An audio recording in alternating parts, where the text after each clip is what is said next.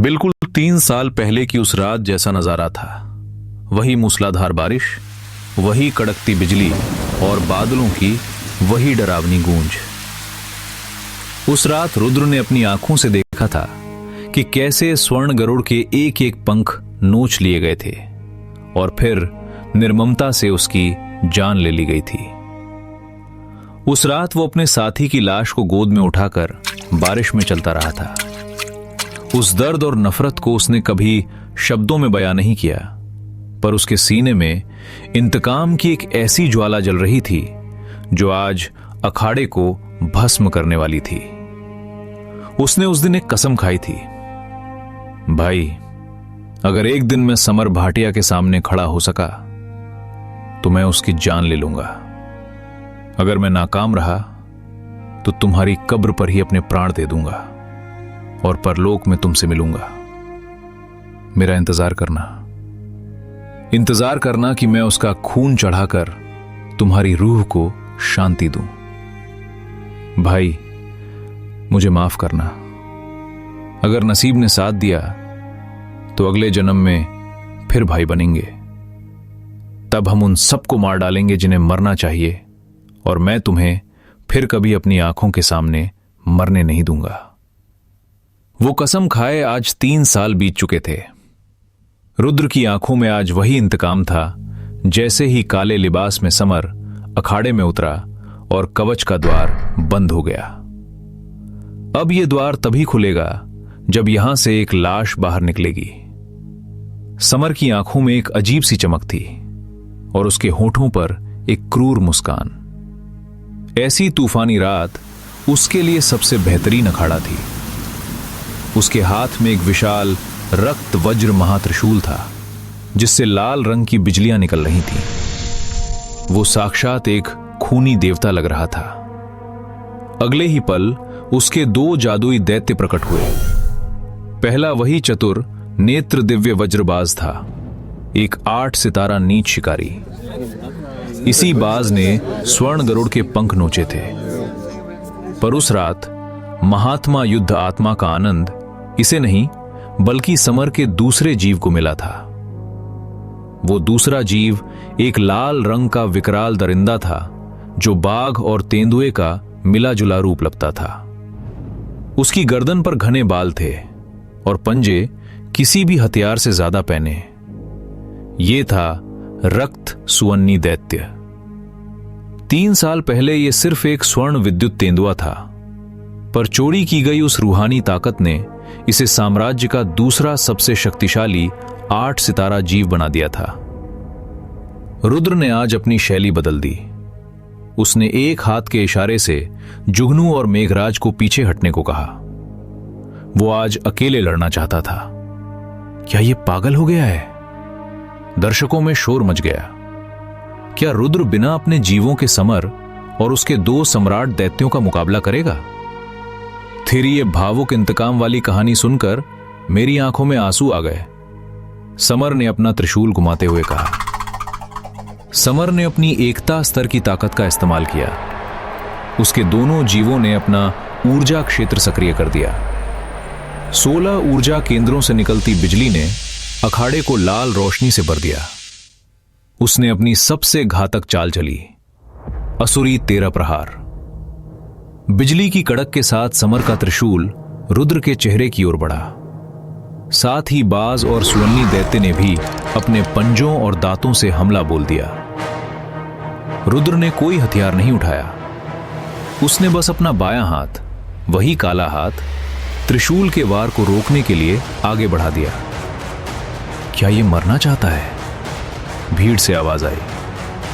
त्रिशूल के 13 प्रहार रुद्र के उस काले हाथ से टकराए।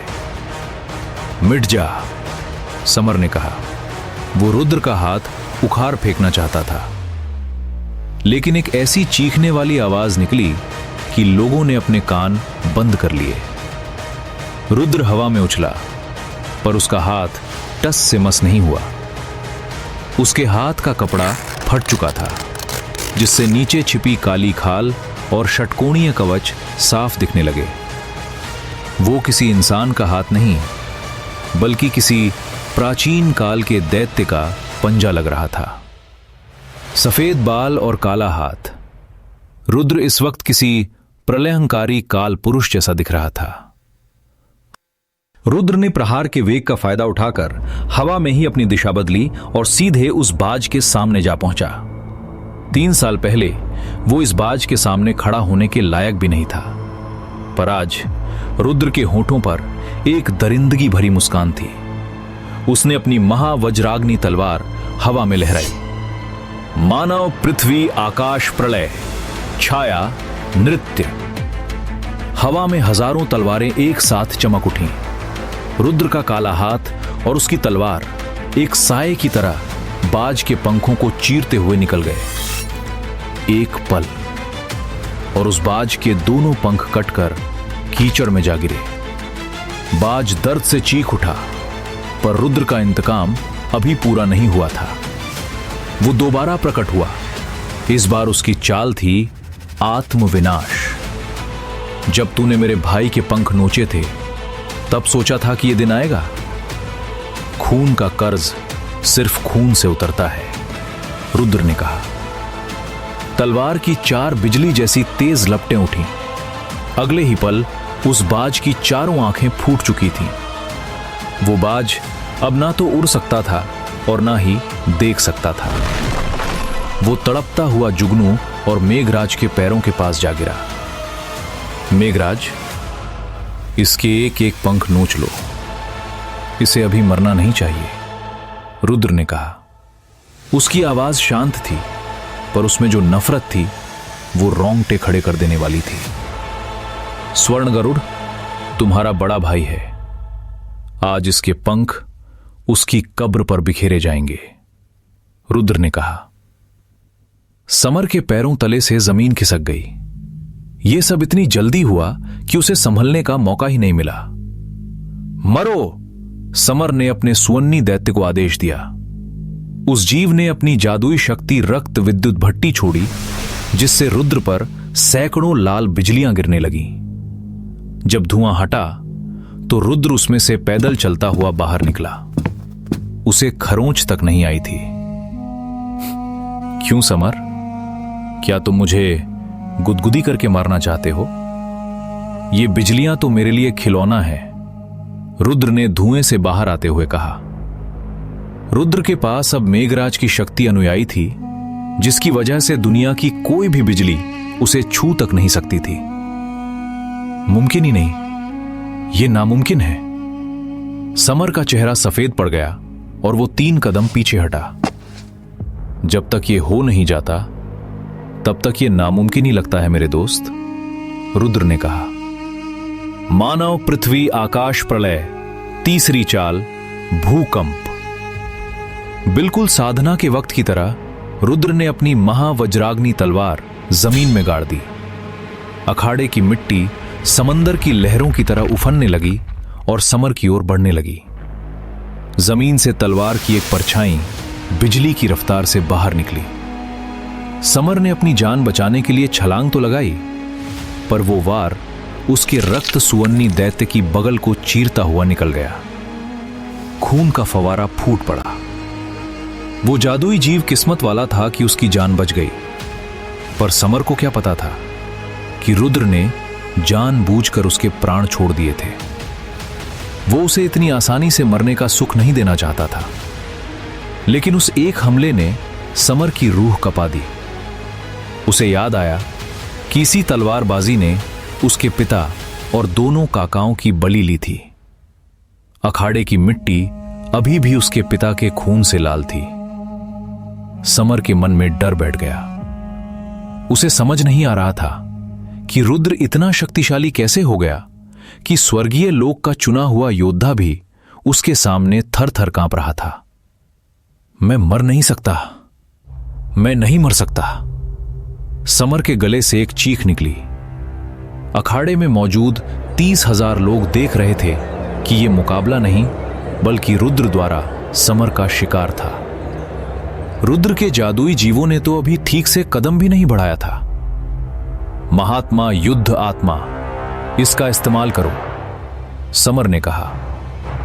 दहशत के मारे समर ने अपना सबसे बड़ा तुरुप का पत्ता खोल दिया। समर के सुवन्नी दैत्य के भीतर छिपी वो चोरी की हुई रूह जाग उठी। इसे असुर सम्राट रौद्र आत्मा कहा जाता था। जैसे ही इसका आह्वान हुआ, अखाड़े में काली ऊर्जा का बवंडर उठा।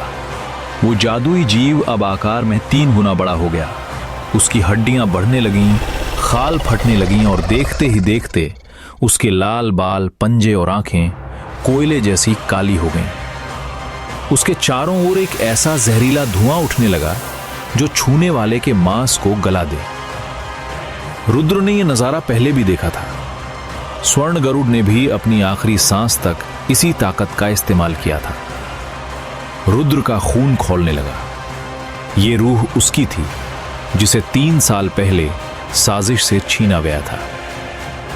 आज 3 साल बाद वो इसे वापस हासिल करने के इतने करीब था।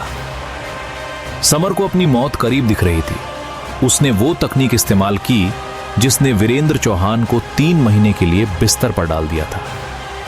नीला असुरी मंत्र, मेरे रक्त का प्रवाह उल्टा कर दो, समर ने कहा। समर का खून नीला पड़ गया और उसके शरीर से भी वही भयंकर काली ऊर्जा निकलने लगी। अब इंसान और जानवर दोनों शैतान बन चुके थे। रुद्र, अब देख, मैं तुझे कच्चा चबा जाऊंगा। मार डालो इसे, मार डालो। समर का चेहरा किसी राक्षस जैसा विकृत हो गया था। रुद्र ने अपनी आंखें मूंद ली। उसे स्वर्ण गरुड़ की वो आवाज याद आई, भाई, इसे मार डाल और अपने भीतर के इस डर को हमेशा के लिए खत्म कर दे। फिर न कोई देवता तुझे रोक पाएगा, न कोई दानव। रुद्र की आंखें जब खुली तो उनमें कोई रहम नहीं था। वे पत्थर की तरह ठंडी और स्थिर थीं। मानव, पृथ्वी, आकाश प्रलय, चौथी चाल, पाताल, विध्वंस। बिजली और आग के लपेटे में लिपटी तलवार की एक ऐसी लहर उठी कि समर का त्रिशूल 2 टुकड़ों में बट गया। अगले ही पल समर का दायां हाथ कटकर 300 मीटर दूर जा गिरा। नीला खून अखाड़े की कीचड़ में बहने लगा। नीला असुरी मंत्र, क्या है यह कचरा? रुद्र ने कहा। 30,000 की भीड़ में सन्नाटा था। रुद्र की नजरें अब उस सुवन्नी दैत्य पर थीं। 3 साल पहले मैं तुझे वश में नहीं कर पाया था, पर आज तू मेरे सामने घुटने टेकेगा, रुद्र ने कहा। मानव, पृथ्वी, आकाश प्रलय, 5वीं चाल, देव, क्रोध। तलवार का प्रहार साक्षात न्याय का डंडा बनकर गिरा। सुवन्नी दैत्य का एक अगला पैर जड़ से उखड़ गया। मानव, पृथ्वी, आकाश प्रलय, 6ठी चाल, ईश्वरीय न्याय। रुद्र हवा में उछला। ऐसा लगा जैसे आसमान से 3000 मीटर लंबी तलवार की किरण गिरी हो। उस प्राचीन दैत्य का शरीर बीच से फट गया। तुमने मेरे भाई को मारा, तो आज मैं तुम्हारे लिए शैतान बन जाऊंगा, रुद्र ने खुद से कहा। जब रुद्र ने आखिरी चाल चली, महाप्रलय संकल्प, तो वो सुवन्नी दैत्य हवा में राख बनकर उड़ गया। जैसे ही वो मरा, वो सुनहरी रूह एक काले गोले के रूप में बाहर निकली और रुद्र की तलवार के चारों ओर लिपट गई। यह इस बात का सबूत था कि इसका असली मालिक रुद्र ही था। अब अखाड़े में सिर्फ समर बचा था। उसका दायां हाथ कट चुका था, शरीर नीला पड़ गया था और वो कीचड़ में रेंग रहा था। वो रुद्र के पैरों के पास पहुंचकर गिड़गिड़ाने लगा, मुझे माफ कर दो, मैं हार गया, मुझे रहम की भीख दो। समर की आंखों से आंसू बह रहे थे। रुद्र ने सिर्फ एक सर्द मुस्कान दी। रहम? अगर मैंने तुझे रहम दिया तो मेरे उन 3 सालों का हिसाब कौन देगा? मेरे उस भाई का क्या जिसे तूने तड़पा कर मारा? दुनिया का नियम सीधा है समर, जैसा बोओगे वैसा काटोगे, रुद्र ने कहा। नियम साफ था, जब तक सांसें नहीं रुकेंगी कवच नहीं खुलेगा। अगले 2 घंटों तक अखाड़े से समर की जो चीखें सुनाई दी, उन्होंने पत्थर दिल इंसान को भी दहला दिया। 2 घंटों तक रुद्र ने उसे वो सजा दी जिसे इतिहास हजारों घावों वाली मौत के नाम से याद रखेगा। तो दोस्तों, इंसाफ का तराजू आज बराबर हो गया है। समर भाटिया की हजारों चीखें आज उस स्वर्ण गरुड़ की रूह को शांति दे रही होंगी। रुद्र प्रताप ने साबित कर दिया कि जब एक सीधा इंसान शैतान बनता है तो नर्क भी छोटा पड़ जाता है। साजिशें खत्म हुई, इंतकाम पूरा हुआ। पर क्या स्वर्गीय लोक के निरीक्षक इस कत्लेआम को भूल पाएंगे? और रुद्र की वो चोरी हुई रूह अब उसे कौन सी नई शक्ति देगी? इंतकाम की ये दास्तां अब एक नई शुरुआत की ओर है। तो आगे क्या होगा, ये जानने के लिए सुनते रहिए द बीस्ट गुरु। 2 घंटे। अग्निप्रस्थ के इतिहास के वे 2 घंटे शायद आने वाली कई सदियों तक लोगों के जहन में एक डरावने सपने की तरह जिंदा रहेंगे। समय की सुई जैसे ठहर सी गई थी, पर अखाड़े की मिट्टी आज लहू से गीली होकर एक नई गाथा लिख रही थी। क्या ये 2 घंटे उस योद्धा के लिए पर्याप्त थे जिसने अपनी आंखों के सामने अपने सपनों को कुचले जाते देखा था, जिसने 3 साल तक अपराधी और कलंक का लेबल अपने सीने पर ढोया था? रुद्र प्रताप आज जितना भी पाषाण हृदय और निर्दयी लग रहा हो, उसे रोकने वाला आज इस पूरे साम्राज्य में कोई नहीं था। जब तक समर भाटिया की आखिरी सांस चल रही थी, रुद्र के प्रतिशोध की यह ज्वाला शांत होने वाली नहीं थी। यह केवल एक युद्ध नहीं था, यह एक आत्मा का पुनर्जन्म था। अखाड़े के प्रवेश द्वार के समीप स्वर्गीय लोक के निरीक्षकों जीतेन और सोनिका के चेहरे पत्थर की तरह ठंडे थे। उनके कदमों में गरुड़ साम्राज्य का कभी सबसे गौरवशाली कहा जाने वाला विद्युत घराना आज धूल फांक रहा था। घराने के बड़े बुजुर्ग योद्धा और महिलाएं पागलों की तरह गिड़गिड़ा रहे थे, पर उनकी चीखें किसी बहरे कान से टकराकर वापस लौट रही थीं। जब यह घराना अपनी शक्ति के चरम पर था, तब इन्होंने इसी ताकत का इस्तेमाल मासूमों को कुचलने के लिए किया था। आज जब इनके पतन का सूरज सर पर था, तो इनके पास सिर्फ करुण विलाप और रहम की भीख थी। अधिपति कुलभूषण, जिनका नाम कभी सम्मान से लिया जाता था, आज अपने माथे को पत्थर की सीढ़ियों पर पटक पटक कर लहूलुहान कर चुके थे। दयालु निरीक्षक महोदय, मैं आपके पैर पकड़ता हूं, कृपया मेरे पोते को बचा लीजिए। वो स्वर्गीय लोक का होनहार शिष्य है, उसे इस तरह एक ग्यवार के हाथों कुत्ते की मौत मत मरने दीजिए। कुलभूषण की दाढ़ी आंसुओं और धूल से सनी हुई थी। मैं विनती करता हूं चंद्रवंश के प्रतापी योद्धाओं, कृपया निरीक्षकों को मनाइए, हमें एक अवसर और दीजिए। कुलभूषण की इस ढलती उम्र में पहले अपने वीर बेटों को खोना और अब अपनी आंखों के सामने अपने कुल के दीपक समर भाटिया की यह विभत्स दुर्दशा देखना, यह एक ऐसा मानसिक आघात था जिसे उनका वृद्ध हृदय शायद अब और सहन न कर पाए। पर क्या यह सब नियति का वो चक्र नहीं था जो हर किसी का हिसाब बराबर करता है? जब इस अभिमानी खानदान ने अपने स्वार्थ की खातिर दूसरों के घर उजाड़े, क्या उन्होंने कभी स्वप्न में भी सोचा था कि एक दिन काल स्वयं उनके द्वार पर खड़ा होगा? यदि आज पासा पलट गया होता और विद्युत घराना विजयी होता, तो क्या वे चौहान खानदान के किसी भी अबोध बालक पर रहम करते? कदापि नहीं। वे पूरे चौहान कुल का नामो निशान मिटा देते, ताकि अग्निप्रस्थ की सत्ता पर उनके निरंकुश शासन का मार्ग सदा के लिए निष्कंटक हो जाए। आज जो सिसकियां विद्युत घराने से निकल रही थीं, वे वास्तव में उन अनगिनत लोगों की बद्दुआएं थीं जिनका हक इस घराने ने छीना था। अखाड़े के बाहर खड़ी वो विशाल जनमेदिनी, जो कल तक रुद्र को नफरत भरी नजरों से देखती थी, आज पूरी तरह उस असली नायक के पक्ष में खड़ी थी। हवाओं में अब विद्युत घराने के लिए सिर्फ घृणा थी और रुद्र के लिए सम्मान। यह समर का अपना वचन था, उसने खुद इस खूनी लड़ाई की चुनौती दी थी। अब जब हार सामने है तो पीछे हटने का क्या औचित्य? एक साधारण नागरिक ने चिल्लाकर कहा। निरीक्षक अपने शब्दों से विमुख नहीं हो सकते। जो नियम समर के लिए था, वही रुद्र के लिए भी है। दूसरे ने अपनी मुट्ठी हवा में लहराई। इस धूर्त ने सिर्फ रुद्र की जादुई शक्ति नहीं चुराई, बल्कि उसके मासूम साथी जीव की हत्या की और सारा कलंक रुद्र पर मढ़ दिया। 3 साल तक इसने पूरी दुनिया को अपनी छल कपट भरी बातों से मूर्ख बनाया, इसे कोई क्षमा नहीं मिलनी चाहिए। जो जनता कल तक रुद्र को कलंकित मान रही थी, आज वही उसे चौहान खानदान का स्वाभिमान और अग्निप्रस्थ का रक्षक मान रही थी। विक्रम राठौड़ की पिछली विजय और आज रुद्र का यह प्रलयंकारी शौर्य, इन दोनों ने सिद्ध कर दिया कि सच को कुछ समय के लिए दबाया जा सकता है, पर मिटाया नहीं जा सकता।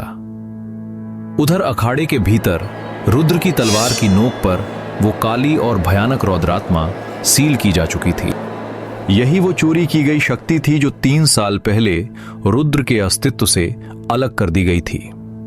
विद्युत घराने की सिसकियां अब जनता के गूंजते हुए जयकारों में पूरी तरह विलीन हो चुकी थीं। एक ढहते हुए साम्राज्य की कमजोर आवाज एक जागृत राष्ट्र की गर्जना का सामना भला कैसे कर सकती थी। निरीक्षक जितेन और सोनिका की स्थिति भी कुछ अच्छी नहीं थी।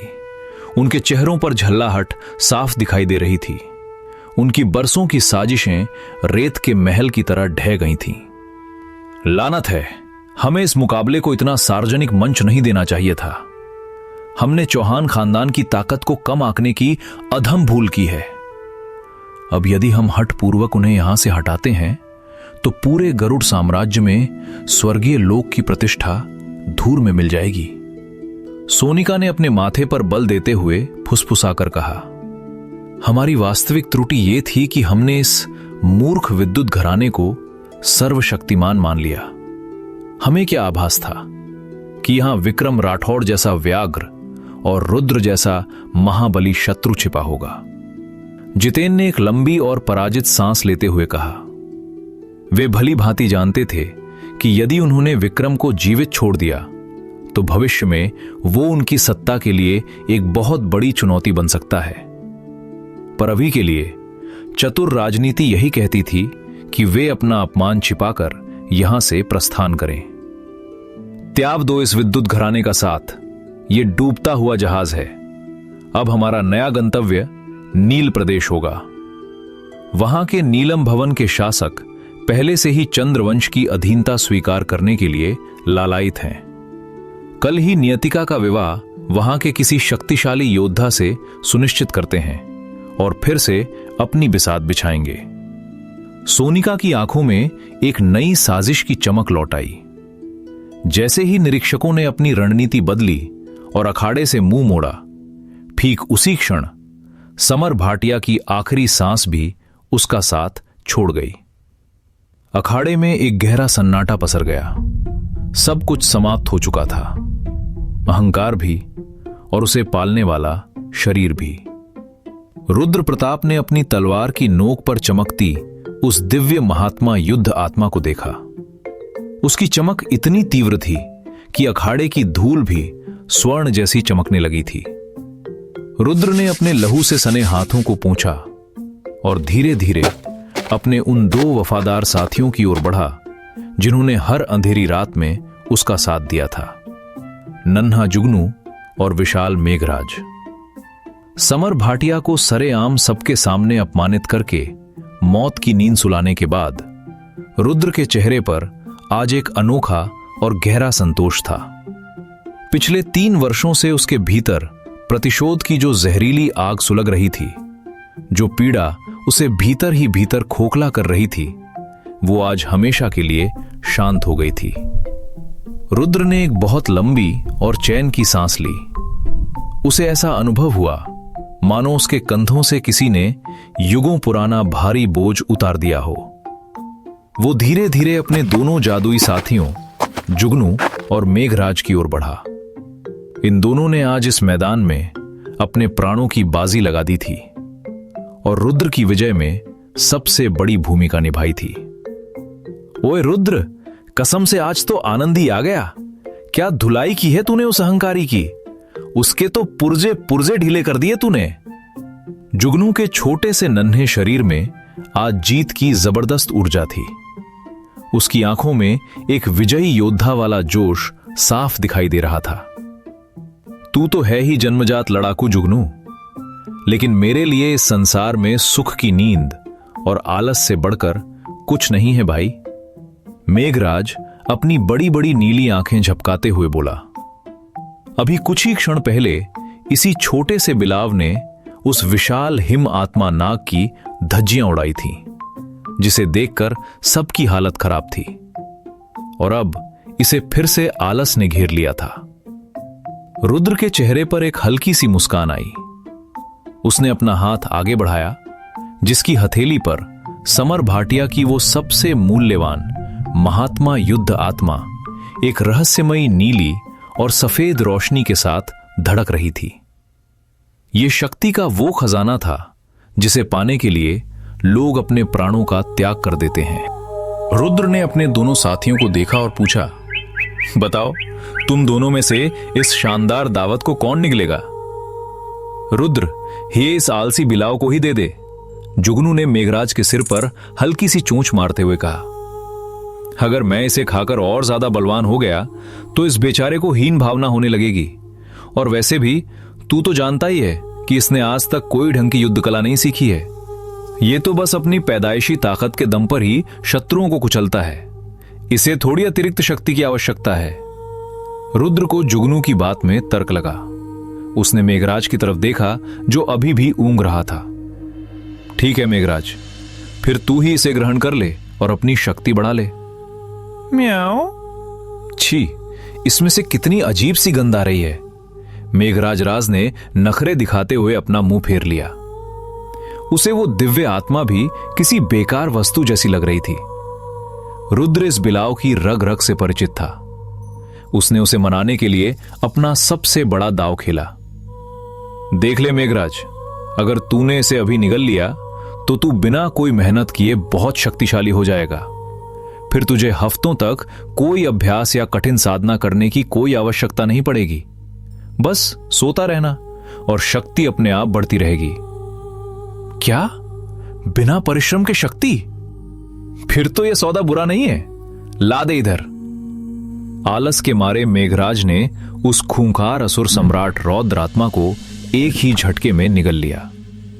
रुद्र ने उसे तुरंत वापस अपने रूहानी क्षेत्र में भेज दिया, ताकि वो बिना किसी शोर शराबे के इस असीमित ऊर्जा को पचा सके। जैसे ही मेघराज भीतर गया, रुद्र को अचानक अपने शरीर के भीतर एक बहुत ही विचित्र हलचल अनुभव हुई। उसके रूहानी स्थान के एक अंधेरे और रहस्यमयी कोने में रखा हुआ वो तीसरा अंडा आज पहली बार थरथराने लगा था। रुद्र ने अपनी चेतना को भीतर की दुनिया में ले जाकर उसे ध्यान से देखा। उस अंडे का रंग और रूप बहुत ही निराला था। वो दो अलग अलग रंगों और शक्तियों में बटा हुआ था। एक तरफ उसका रंग किसी ऊंचे पर्वत जैसा भूरा था, जिससे पृथ्वी की अटल और कठोर शक्ति महसूस हो रही थी, और दूसरी तरफ वो गहरे समुद्र सा नीला था, जिससे उठने वाली लहरों का शोर रुद्र के मन को कपा रहा था। रुद्र की नजर जैसे ही अंडे के ठीक बीच में गई, उसके होश उड़ गए। वहां एक बारीक सी दरार आ चुकी थी।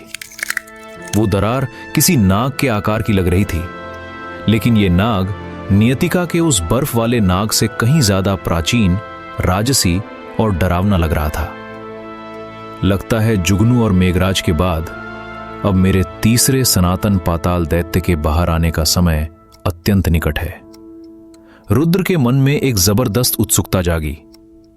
पता नहीं इसका स्वभाव कैसा होगा। क्या यह जुगनू की तरह क्रोधी होगा या फिर मेघराज की तरह महाआलसी? तभी अखाड़े में जो सन्नाटा छाया हुआ था वो एक आवाज से टूट गया। मुख्य निरीक्षक जीतेन अपनी जगह से खड़े हुए और बहुत ही धीमी रफ्तार से तालियां बजानी शुरू कर दी। उनके चेहरे पर रुद्र के लिए एक अलग ही आदर दिखाई दे रहा था।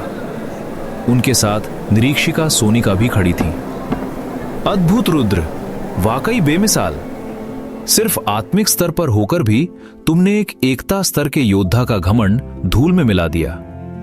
तुम्हारी ये युद्ध कला और ये संयम वास्तव में प्रशंसा के योग्य है। जीतेन ने मुस्कुराते हुए कहा। अपने निर्देश दीजिए श्रीमान, रुद्र ने बहुत ही शिष्टता से सिर झुकाकर कहा। वो भली भांति जानता था कि अभी इन उच्च स्तर के शक्तिशाली लोगों से शत्रुता मोल लेना मूर्खता होगी। सोनिका ने रुद्र के उस कपड़े से ढके हुए बाएं हाथ की तरफ संकेत किया, जो हमेशा से एक रहस्य बना हुआ था। रुद्र, अब तुम्हें अपना वो हाथ हमसे छिपाने की कोई आवश्यकता नहीं है।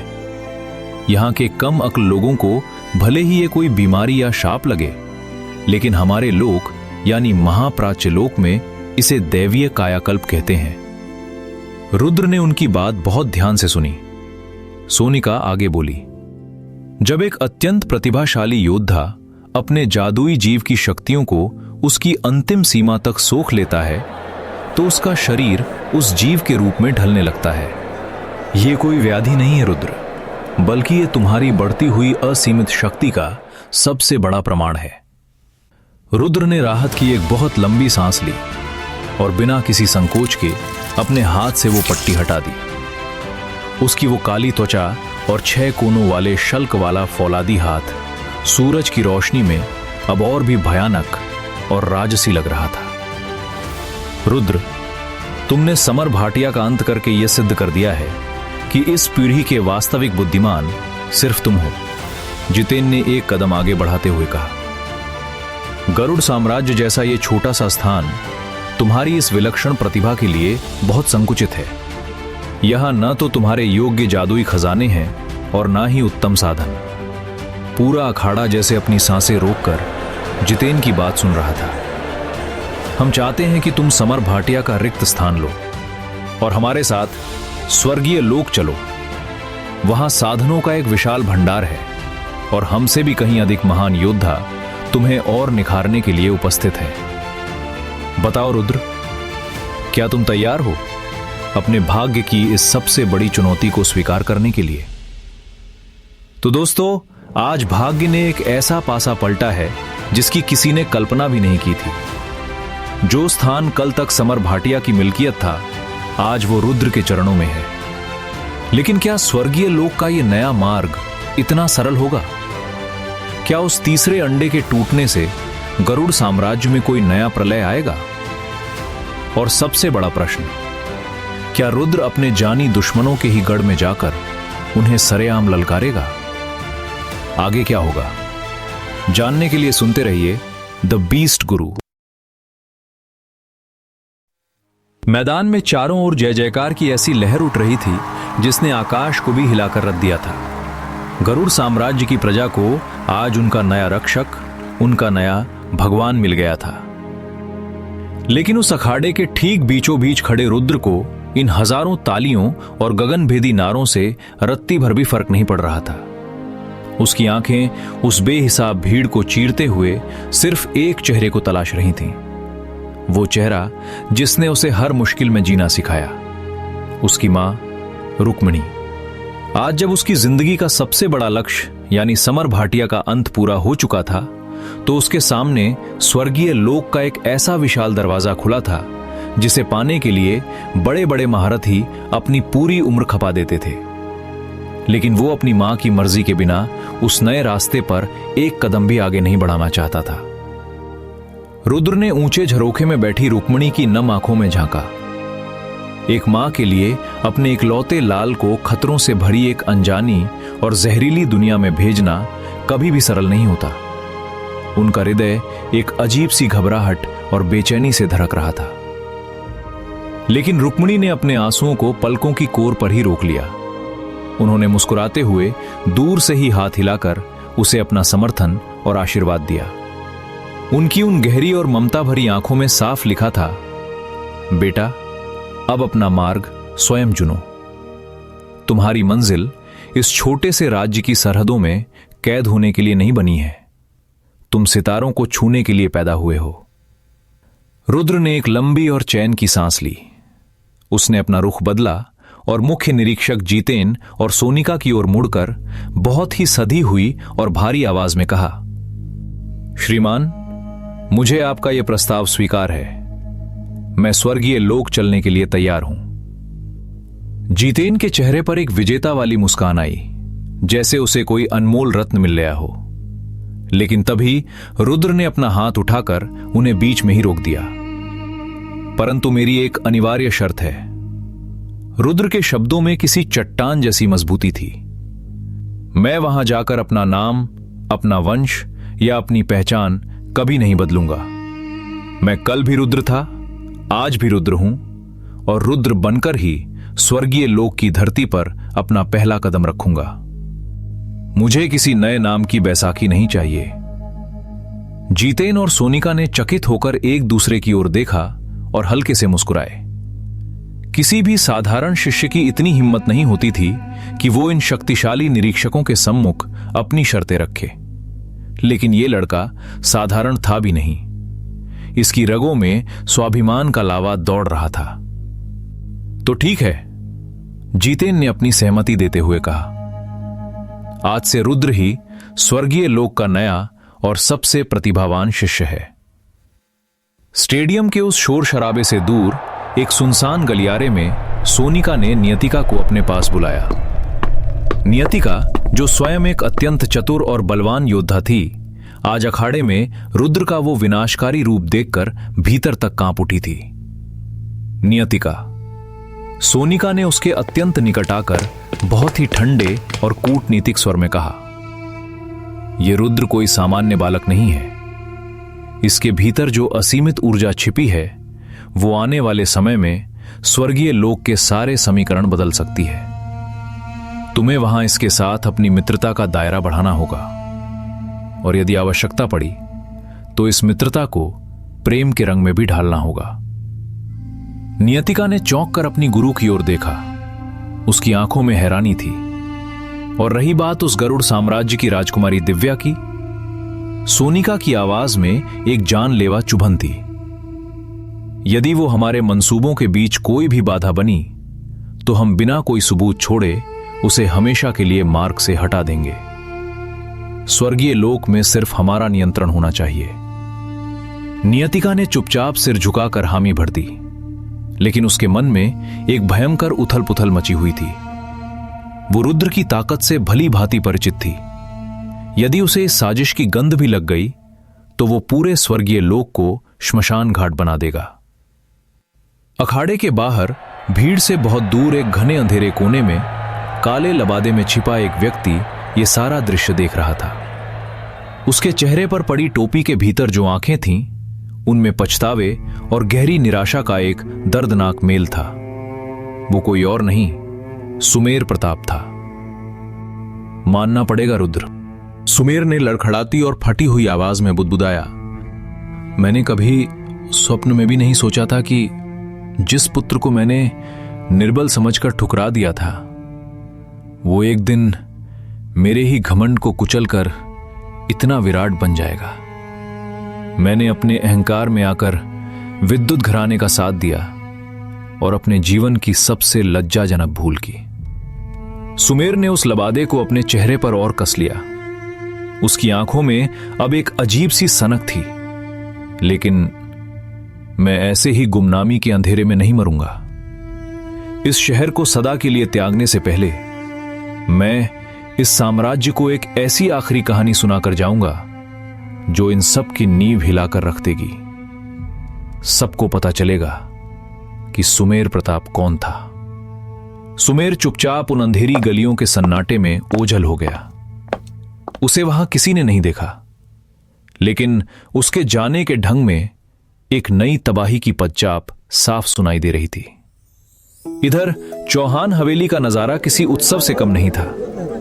पूरे प्रांगण को हजारों दियों और फूलों से दुल्हन की तरह सजाया गया था। हवेली के मुखिया रणविजय चौहान आज अपनी मुख्य कुर्सी पर ऐसे बैठे थे मानो उन्होंने तीनों लोकों का साम्राज्य जीत लिया हो। उनकी छाती गर्व से फूल गई थी। देखा तुम सबने, मेरा नाती है आखिर। चौहानों का रक्त दौड़ रहा है उसकी धमनियों में। नाना जी ने बड़े घमंड के साथ पूरी महफिल के सामने गरज कर कहा। वीरभद्र, जो हमेशा अत्यंत कठोर स्वभाव के माने जाते थे, आज उनके चेहरे पर भी एक सुकून भरी मुस्कान थी। उन्होंने चुटकी लेते हुए कहा, अरे भैया, जरा अपनी पुरानी बातों को याद कीजिए। अभी कल तक तो आप इसी आंगन में चिल्ला रहे थे कि मैं इस बाहरी लड़के को कभी अपना वारिस नहीं मानूंगा।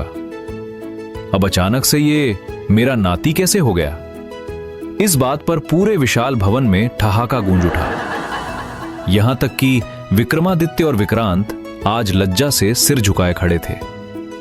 वे दोनों आगे आए और हाथ जोड़कर रुद्र और रुक्मिणी से अपनी पुरानी कड़वाहट की माफी मांगने लगे। रुद्र ने बिना किसी बैर के उन्हें बड़े सम्मान के साथ गले लगा लिया। मामा जी, जो बीत गया उसे उसी अखाड़े की धूल में दफन रहने दीजिए। अब मुझे एक बहुत लंबे और कठिन सफर पर निकलना है और मेरे जाने के बाद आप ही दोनों को इस हवेली की मर्यादा और मां की सुरक्षा का भार संभालना है। उसकी ये परिपक्व बात सुनकर विक्रांत की आंखों से भी पश्चाताप के आंसू छलक पड़े। परिवार के सारे गिले शिकवे आज प्रेम के आंसुओं में धुल चुके थे, लेकिन हवेली की यह शांति अचानक भंग हो गई। बाहर से शाही बिगुल बजने की आवाज आई, जिसने सबको चौंका दिया। दरवाजे पर स्वयं गरुड़ नरेश पूरे शाही दलबल और सैनिकों के साथ पधारे थे। सम्राट को देखते ही रुद्र का हृदय तेजी से धड़कने लगा। तलवारों और जादुई जीवों के युद्ध तो उसने सरलता से जीत लिए थे, लेकिन अब उसके सामने एक ऐसा धर्म संकट खड़ा था जिसका उत्तर किसी युद्ध कला में नहीं था। उसे बहुत जल्द स्वर्गीय लोक के उस अनजान और जानलेवा मार्ग पर निकलना था, लेकिन वो दिव्या को इस साम्राज्य में अकेला छोड़कर नहीं जा सकता था। वो उसकी शक्ति थी, उसका प्रेम थी, एक बहुत ही धीमी, राजसी और उदासी भरी संगीत की धुन। स्टेडियम का शोर धीरे धीरे कम होता है और एक निजी, शांत बातचीत शुरू होती है। गरुड़ विद्यापीठ के मैदान में जीत का जयकार अभी पूरी तरह थमा भी नहीं था कि गरुड़ नरेश, सम्राट भरत भारी कदमों के साथ विक्रम राठौड़ और रणविजय चौहान की ओर बढ़े। जो सम्राट हमेशा अपना मस्तक गर्व से ऊंचा रखता था, आज उसका चेहरा एक गहरे पछतावे और लज्जा से झुका हुआ था। वो अपने ही मित्रों और प्रजा के सामने खुद को छोटा महसूस कर रहे थे।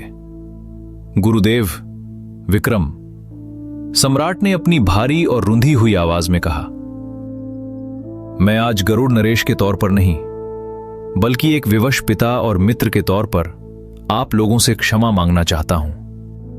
उन उच्च लोकीय निरीक्षकों के भारी दबाव की वजह से मैं चौहान हवेली की कोई सहायता नहीं कर पाया। उल्टा आज आप लोगों ने ही उस विद्युत घराने के षड्यंत्र का अंत करके मेरा और इस साम्राज्य का सिंहासन बचा लिया है। यदि रुद्र न होता तो आज ये राजमुकुट किसी अपराधी के सिर पर होता। रणविजय चौहान ने एक अनुभवी बुजुर्ग की तरह शांति से उनकी बात सुनी। महाराज, आप लज्जित होकर हमें छोटा ना करें। उन निरीक्षकों की अजय शक्ति के सामने आपकी भी अपनी राजनैतिक मजबूरियां थीं। राजधर्म का पालन करना कभी सरल नहीं होता, उसमें अक्सर भावनाओं की आहुति देनी पड़ती है। जो बीत गया उसे भूल जाइए, अब सब कुछ ठीक है। तभी विक्रमादित्य, जो अब तक चुपचाप खड़े सब देख रहे थे, उन्होंने चतुराई से बात का रुख बदला। महाराज, यदि आपके हृदय में वास्तव में हमारे लिए कोई मलाल है तो उसे दूर करने का एक मार्ग है। मेरे भांजे रुद्र की एक छोटी सी अभिलाषा पूरी कर दीजिए। बस समझिए, सारे गिले शिकवे दूर हो गए। सम्राट का हृदय धक से रह गया। वो अनुभवी थे, वो समझ गए कि बात किस दिशा में जा रही है। तभी पीछे से दिव्या दबे पांव वहां पहुंची। उसकी आंखें अभी भी सिर्फ और सिर्फ रुद्र पर ही टिकी थीं, मानो उसके लिए पूरी दुनिया में सिर्फ वही एक इंसान मौजूद हो। रुद्र ने बिना किसी संकोच के सीधा सम्राट की आंखों में आंखें डाली। महाराज, मैं दिव्या को अपने साथ स्वर्गीय लोक ले जाना चाहता हूं। मैं आपको वचन देता हूं कि उस अनजानी और विचित्र दुनिया में उसकी सुरक्षा मेरी अपनी जान से भी बढ़कर होगी। जब तक मेरे शरीर में रक्त की एक भी बूंद शेष है, कोई शत्रु उसकी ओर आंख उठाकर भी नहीं देख पाएगा। सम्राट के माथे पर चिंता की लकीरें गहरी हो गईं। रुद्र, तुम एक शूरवीर हो, इसमें कोई संशय नहीं है, पर स्वर्गीय लोक संकटों और साजिशों का एक ऐसा अथाह सागर है जिसके बारे में हम कुछ नहीं जानते। वहां तुम स्वयं एक अजनबी होगे। ऐसे में तुम अकेले दिव्या की रक्षा कैसे करोगे? वहां की परिस्थितियां हमारे साम्राज्य से बिल्कुल भिन्न होंगी। रुद्र के पास इस व्यवहारिक प्रश्न का कोई तुरंत उत्तर नहीं था, लेकिन तभी दिव्या ने आगे बढ़कर रुद्र का हाथ अत्यंत मजबूती से थाम लिया। दिव्या की आंखों से अश्रु बह रहे थे, पर उसकी आवाज में एक अटूट संकल्प था। पिताजी, जब मैं प्रथम बार इनसे मिली थी तभी मेरी अंतरात्मा जान गई थी कि ये मेरे लिए कितने आवश्यक हैं। मैंने इनके हृदय की धड़कनें सुनी हैं। ये सिर्फ एक योद्धा नहीं है बल्कि अपनी अंतिम सांस तक वफादार रहने वाले पुरुष हैं। दिव्या ने रोते हुए अपने पिता के सामने हाथ जोड़ लिए। महाराज, मुझे इस प्रासाद की सुरक्षित लेकिन खोखली और नीरस जिंदगी नहीं चाहिए। मुझे रुद्र के साथ ये संसार देखना है, उनके साथ हर पीड़ा को साझा करना है। यदि उनके साथ चलते हुए मेरे भाग्य में मृत्यु भी आई तो मैं उसे प्रसन्नता से गले लगा लूंगी। पर यहां उनके बिना अकेले रहकर मैं घुट घुट कर मर जाऊंगी। बस इस एक बार अपनी पुत्री को अपनी मंजिल चुनने की अनुमति दीजिए। उपस्थित प्रत्येक व्यक्ति भावुक हो गया। सम्राट ने अपनी बेटी के आंसुओं को देखा, फिर रुद्र की फौलादी आंखों में छिपे सत्य को पहचाना। एक पिता के लिए यह जीवन का सबसे बड़ा धर्म संकट था। मुझे विचार करने के लिए 3 दिन का समय चाहिए। सम्राट ने अंततः एक लंबी सांस लेते हुए कहा, रुद्र, 3 दिन पश्चात राजमहल आना, तब मैं अपना अंतिम निर्णय सुनाऊंगा। स्टेडियम की उस भावुक दुनिया से मीलों दूर गरुड़ पगोड़ा की गगनचुंबी ऊंचाई पर 2 साए खड़े थे। वहां एक काली नकाब वाली स्त्री चंद्रप्रभा और उसके साथ कुटिल गुरु लिंगेश्वर उपस्थित थे। उनकी गिद्ध जैसी पैनी नजरें नीचे खड़े रुद्र और दिव्या पर ही गड़ी थीं। गुरुदेव, चंद्रप्रभा ने हवा के शोर को चीरते हुए पूछा, क्या आप उस लड़की के शरीर में मौजूद उन 10 रहस्यमयी मोहरों को बाहर निकाल सकते हैं? वो शक्ति हमारे लिए अत्यंत महत्वपूर्ण है। लिंगेश्वर ने नीचे देखते हुए उत्तर दिया, उसकी दाहिनी भुजा पर मौजूद 5 मोहरें तो मैं किसी प्रकार निकाल लूंगा, लेकिन बाईं ओर की 4 मोहरें अब उसकी रूह के साथ पूरी तरह एकाकार हो चुकी हैं। यदि हमने उन्हें बलपूर्वक निकालने का प्रयास किया तो उस लड़की के प्राण जा सकते हैं और वे जादुई शक्तियां भी सदा के लिए विलुप्त हो जाएंगी। ये सुनते ही चंद्रप्रभा की आंखों में एक राक्षसी तृष्णा चमक उठी। उसने अपनी मुट्ठी कस ली। यदि मोहरें बाहर नहीं निकाली जा सकती तो कोई बात नहीं, मैं उस लड़की को ही अपनी दासी बनाकर एक जीवित मोहरा बना लूंगी। आपने भी देखा है ना, उसकी रूहानी जुड़ाव वाली वो जादुई शक्ति किसी भी योद्धा के कठिन अभ्यास को कितनी तीव्रता से बढ़ा सकती है। चंद्रप्रभा ने आकाश की ओर देखा, मानो वो अभी से पूरे ब्रह्मांड पर शासन कर रही हो। शक्ति का मार्ग कोई त्याग का मार्ग नहीं, बल्कि लूट और धोखे का मार्ग है गुरुदेव। मैं उसे अपने साथ स्वर्गीय लोक ले जाऊंगी और एक परजीवी की भांति उसकी सारी ऊर्जा को चूस लूंगी। यदि मैं इस शक्ति के बल पर स्वर्गीय सम्राज्ञी बन गई तो इस पूरे महाप्राच्य लोक पर मेरा एक छत्राधिकार होगा। वह भोली दिव्या तो बस मेरी मंजिल तक पहुंचने की एक छोटी सी सीढ़ी मात्र है। तो दोस्तों, खेल अब पूरी तरह से पलट चुका है। जहां एक ओर रुद्र अपनी जान दांव पर लगाकर दिव्या को सुरक्षित रखना चाहता है, वहीं चंद्रप्रभा जैसी खूंखार शिकारिन ने दिव्या को अपनी सत्ता की सीढ़ी बनाने का संकल्प ले लिया है। क्या 3 दिन पश्चात गरुड़ नरेश अपनी लाडली को उस मृत्यु के कुएं में जाने की आज्ञा देंगे? और क्या रुद्र को इस बात का तनिक भी आभास है कि जिस स्वर्गीय लोक को वो अपनी उन्नति का द्वार समझ रहा है, वहां साक्षात काल उसकी प्रतीक्षा कर रहा है? सांसें थाम कर बैठिए दोस्तों, क्योंकि असली तबाही का खेल तो अब शुरू हुआ है। आगे क्या होगा जानने के लिए सुनते रहिए द बीस्ट गुरु। दोस्तों, अगर आपको ये कहानी पसंद आ रही है तो इसे शेयर करना और 5 स्टार रेटिंग देना ना भूलें। अग्निप्रस्थ पर बरसने वाली वो मूसलाधार बारिश अब कुछ धीमी पड़ चुकी थी, लेकिन विद्युत घराने में आज मातम और मृत्यु जैसा सन्नाटा पसरा था।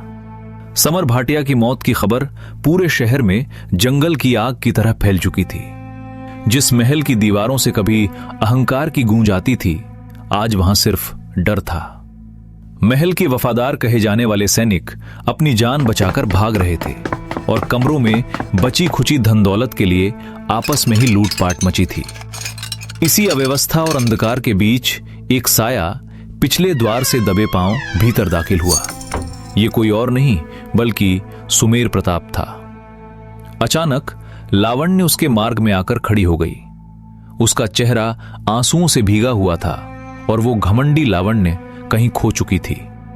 उसने सुमेर को देखा और कांपते हुए स्वर में कहा, सुमेर, मैं मां बनने वाली हूं।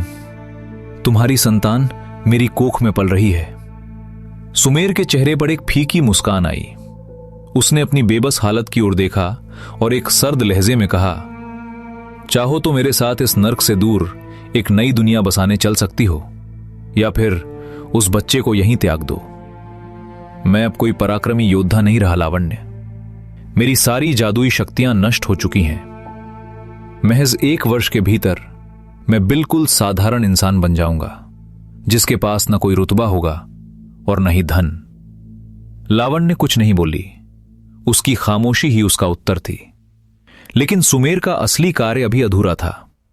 वो बिना कोई और शब्द कहे सीधा महल के सबसे सुरक्षित और भीतरी कक्ष की ओर बढ़ गया। सुमेर दबे पांव कुलभूषण भाटिया के कमरे में पहुंचा। वहां का दृश्य अत्यंत दयनीय था। कुलभूषण शराब के नशे में धुत, घायल और पूरी तरह बेबस अवस्था में जमीन पर पड़ा था। जिस व्यक्ति ने कल तक पूरे अग्निप्रस्थ पर राज करने के स्वप्न देखे थे, आज वो अपनी ही गंदगी और शराब की दुर्गंध के बीच पड़ा कर रहा था। सुमेर ने खंजर निकाला और कुलभूषण के सीने के ठीक ऊपर खड़ा हो गया। कुलभूषण भाटिया? सुमेर की आवाज सुनकर कुलभूषण ने अपनी धुंधली आंखें खोली।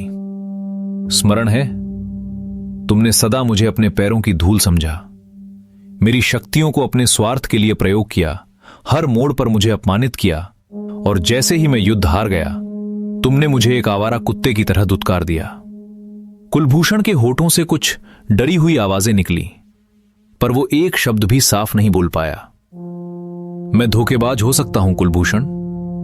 सुमेर ने खंजर की पकड़ और मजबूत कर ली, पर तुम जैसे स्वार्थी इंसान से तो मैं लाख गुना बेहतर हूं।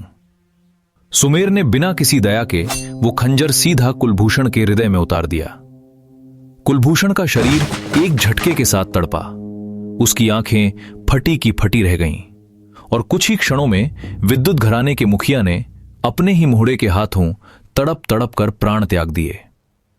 कमरे के द्वार पर खड़ी लावण्य ने यह सारा दृश्य देखा, पर वो चीखी नहीं। उस खूनी सन्नाटे में उसे अनुभव हुआ कि सत्ता और वैभव से परे वो वास्तव में सुमेर से प्रेम करती है। उसी रात्रि वे दोनों सदा के लिए अग्निप्रस्थ की सीमाओं को पार कर गए, एक साधारण किसान का जीवन जीने के लिए। सुमेर प्रताप ने जाते जाते अपना आखिरी और सबसे सटीक हिसाब चुकता कर दिया था। अखाड़े की जीत के पश्चात रुद्र अपनी मां से अनुमति लेकर शहर के बाहर नील पर्वत की उन ठंडी वादियों में पहुंचा। यह वही स्थान था जहां उसने अपने सबसे पुराने मित्र और भाई स्वर्ण गरुड़ को दफन किया था। रुद्र धीरे से उस कब्र के पास घुटनों के बल बैठ गया। उसने अपनी जेब से एक छोटी सी शीशी निकाली जिसमें समर प्रताप का रक्त था। भाई देख, रुद्र का गला भर आया था। उसने वो रक्त कब्र की मिट्टी पर बिखेर दिया। मैंने अपना वचन निभाया। जिस अधर्मी ने तेरे पंख नोचे थे, उसका रक्त आज तेरी समाधि पर है। रुद्र वहीं उस मिट्टी पर बैठ गया। उसने पूरे 2 दिन वहीं एकांत में व्यतीत किए। उन 2 दिनों में उसने न कुछ अन्न ग्रहण किया और न जल। वो बस हवाओं से बातें करता रहा और अपनी पुरानी यादों में खोया रहा। इस जन्म का साथ यहीं तक था मेरे भाई, रुद्र ने खड़े होते हुए कहा, पर अगले जन्म में हम फिर मिलेंगे। हम पुनः भाई बनेंगे स्वर्ण गरुड़। ये रुद्र का तुझसे वचन है। 2 दिन पश्चात जब रुद्र वापस लौट रहा था तो शहर के मुख्य द्वार पर उसकी भेंट कामिनी भाटिया से हुई। कामिनी ने शोक के सफेद वस्त्र धारण किए हुए थे और वो अपने विशाल पक्षी पर सवार होकर शहर छोड़ रही थी। उसकी आंखों में रुद्र के लिए गहरी घृणा थी, लेकिन साथ ही एक अथाह दुख और अकेलापन भी था। उसका भाई उसका पिता, उसका पूरा वंश, सब कुछ मिट चुका था। उसने एक भी शब्द नहीं कहा, सिर्फ एक आखिरी बार रुद्र को देखा और अपने पक्षी को उत्तर दिशा की ओर मोड़ लिया। रुद्र उसे आकाश में ओझल होते हुए देखता रहा। शहर में प्रवेश करते ही रुद्र को अफवाहें सुनाई देने लगीं। काव्या की गद्दार गुरु शारदा को विद्यापीठ से निकाल दिया गया है और कुलभूषण भाटिया की हत्या हो गई है। रुद्र के चेहरे पर एक कठोर मुस्कान आई। वो जान गया था कि यह कार्य सुमेर प्रताप के अलावा कोई और नहीं कर सकता। रुद्र जैसे ही चौहान हवेली पहुंचा, उसने देखा कि वहां का वातावरण किसी अनजानी घबराहट से भरा हुआ है। उसकी मां रुक्मिणी, नाना रणविजय चौहान और गुरु विक्रम राठौड़ द्वार पर ही व्याकुलता से टहल रहे थे। रुद्र, कहां रह गया था तू? रुक्मिणी ने घबराते हुए उसका हाथ पकड़ लिया। हम पिछले 2 दिनों से पागलों की भांति तुझे खोज रहे हैं। क्या हुआ मां? आप सब इतने व्याकुल क्यों हैं? मुझे निरीक्षकों के साथ तो कल प्रस्थान करना है ना? रुद्र भ्रमित था। निरीक्षकों को छोड़ रुद्र, चुपचाप मेरे साथ चल। रुक्मिणी ने उसे तेजी से हवेली के सबसे मुख्य और भव्य कमरे मेघ कक्ष की ओर खींचा। जैसे ही रुद्र ने कमरे के भीतर कदम रखा, वहां का दृश्य देखकर उसके होश उड़ गए। कमरे के बिल्कुल मध्य में नाना रणविजय चौहान की मुख्य गद्दी पर, जहां सिर्फ चौहान परिवार का मुखिया ही बैठ सकता था, वहां एक अत्यंत वृद्ध महिला बैठी थी। वो दादी सा थी। उनके मुख पर झुर्रियां अवश्य थीं, पर उनके बैठने का ढंग किसी सम्राज्ञी से भी अधिक प्रभावशाली था। उनकी आंखों में ऐसी चमक और रौब था कि रुद्र, जिसने बड़े बड़े योद्धाओं को परास्त किया था, उसे भी अनायास ही अपना सिर झुकाना पड़ा। चौहान हवेली के उस सबसे ऊंचे सिंहासन पर, जहां कभी नाना रणविजय चौहान विराजमान होते थे, आज बर्फ जैसे सफेद बालों वाली एक वृद्ध महिला बैठी थी, दादी सा। उनके चेहरे की झुर्रियों में सदियों का अनुभव छिपा था। उनकी आंखों में वो अद्भुत चमक और शरीर के चारों ओर गूंजती वो रहस्यमयी ऊर्जा थी, जिसे महज एक नजर देखकर ही रुद्र समझ गया कि ये हस्ती नाना जी और गुरु विक्रम राठौड़ से भी मीलों आगे है। इनकी उपस्थिति मात्र से ही पूरा कमरा एक अलग ही दबाव महसूस कर रहा था। सिंहासन के ठीक बगल में एक कम उम्र की लड़की खड़ी थी, रिद्धि। उसकी आयु महज 15 वर्ष थी, लेकिन उसकी शक्ति, वो एकता स्तर पर पहुंच चुकी थी। पूरे गरुड़ साम्राज्य के इतिहास में ऐसा विलक्षण बुद्धि वाला योद्धा हजारों वर्षों में शायद एक बार जन्म लेता है। लेकिन रुद्र को उसकी शक्ति से अधिक आश्चर्य उसके बालों को देखकर हुआ। रुद्र की मां रुक्मिणी की ही तरह रिद्धि के बाल भी मटमैले भूरे रंग के थे। रुद्र, दादी सा को प्रणाम करो। ये साक्षात महाप्राच्य संप्रदाय से पधारी हैं। नाना रणविजय ने हाथ जोड़कर बहुत ही सम्मान के साथ कहा। प्रणाम दादी सा। रुद्र ने बिना कोई प्रश्न किए बहुत ही विनम्रता से अपना सिर झुकाया। अरे बेटा, अपनों से कैसी औपचारिकता? मुझे दादी ही कहो। यहां आओ मेरे पास। नाना जी ने आगे बढ़कर रुद्र के कंधे पर अपना भारी हाथ रखा और एक ऐसा सच बताया जिसने रुद्र के पैरों तले जमीन खिसका दी। रुद्र, जिसे हम अब तक चौहान कुल का एक जानलेवा अभिशाप यानी प्राण पीड़ा समझते थे, वो वास्तव में कोई बीमारी नहीं है। वो प्रताप कुल की सबसे महान विरासत है। इसी अलौकिक शक्ति के बल पर इस कुल ने हजारों वर्षों तक पूरे महाप्राच्य लोक पर एक छत्र राज किया है। दादी सा ने बात को आगे बढ़ाते हुए बड़े गर्व से समझाया। रुद्र, ये प्राण पीड़ा शुरुआत में शरीर को जलाती जरूर है, लेकिन जो योद्धा इस तपन को काबू करना सीख ले, उसकी साधना की रफ्तार बिजली से भी तेज हो जाती है। जरा रिद्धि के हाथ पर देखो, उसके पास 3 छल्ले हैं। पूरे महासंप्रदाय में ऐसे सिर्फ 10 लोग हैं जिनमें भविष्य में महात्मा स्तर तक पहुंचने की क्षमता है। रुद्र, अब तुम अपना हाथ दिखाओ। दादी सा की आवाज में एक अजीब सी उत्तेजना और आशा छिपी थी। रुद्र ने थोड़ी झिझक के साथ अपनी दाईं आस्तीन ऊपर की। जैसे ही उसकी कलाई पर वे 5 चमकते हुए काले छल्ले नजर आए, मेघ कक्ष में मानो समय ठहर गया। वहां उपस्थित हर व्यक्ति की सांसें जैसे रुक सी गईं। दादी सा की बूढ़ी आंखों से आंसुओं की धारा बह निकली। हे महादेव, 5 छल्ले! हमारे कुल के संस्थापक के पश्चात तुम पहले ऐसे योद्धा हो जिसे प्रकृति ने 5 छल्लों की सर्वोच्च विरासत से नवाजा है। तुम हमारे इस डूबते हुए कुल की किश्ती को फिर से पार लगाओगे मेरे बच्चे। उन्होंने भावुक होकर आगे बढ़कर रुद्र का हाथ अपने दोनों हाथों में थाम लिया। रुद्र बाहर से तो शांत था, पर उसके भीतर एक अलग ही उथल पुथल थी। उसे अच्छी तरह पता था कि यदि वो अपना बायां हाथ भी खोलकर दिखा दे, जिस पर 5 और छल्ले मौजूद हैं, तो शायद ये दादी सा अत्यधिक प्रसन्नता के मारे यहीं मूर्छित होकर गिर पड़ेंगी। उसने अपने 10 छल्लों का वो प्रलयंकारी राज अभी अपने सीने में ही दबाए रखना उचित समझा। रुद्र, दादी सा ने उसे बड़े लाड़ से देखते हुए कहा, और अगले ही क्षण उनकी आवाज में एक शासक जैसी दृढ़ता आ गई। छोड़ो उस स्वर्गीय लोक के चापलूसों को। वहां तुम सिर्फ एक साधारण चेले बनकर रह जाओगे। मेरे साथ अपने असली घर महाप्राच्य संप्रदाय चलो। मेरा पुत्र और वहां का अधिपति आर्यमान प्रताप तुम्हें आज ही अपना धर्मपुत्र स्वीकार करेगा। और सिर्फ इतना ही नहीं, उन्होंने आगे कहा, तुम वहां कदम रखते ही भावी उत्तराधिकारी घोषित कर दिए जाओगे। मेरे पुत्र के पश्चात उस असीम साम्राज्य का सिंहासन सिर्फ और सिर्फ तुम्हारा होगा। बोलो मेरे लाल, चलोगे अपनी जड़ों की ओर? रुद्र सन्न रह गया। कल तक जो लड़का एक सही अवसर के लिए अखाड़े की धूल फांक रहा था, आज उसे एक पूरे महासाम्राज्य की गद्दी थाली में सजाकर दी जा रही थी। तो दोस्तों, किस्मत जब मेहरबान होती है तो छप्पर फाड़कर नहीं, बल्कि सीधा साम्राज्य का ताज पहनाकर मानती है। क्या रुद्र स्वर्गीय लोक की उन जहरीली साजिशों को ठुकराकर दादी सा के साथ अपने असली घर लौटेगा?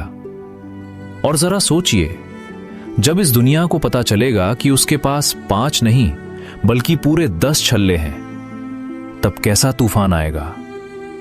जानने के लिए दिल थाम कर सुनते रहिए द बीस्ट गुरु।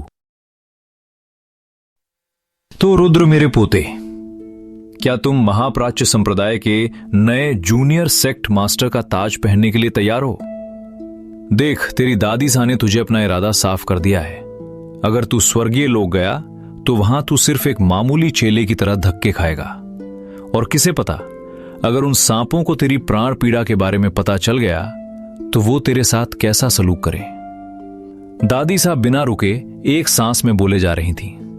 इससे पहले कि रुद्र हामी भरता, उन्होंने उसे रुद्र मेरा पोता कहना शुरू भी कर दिया था।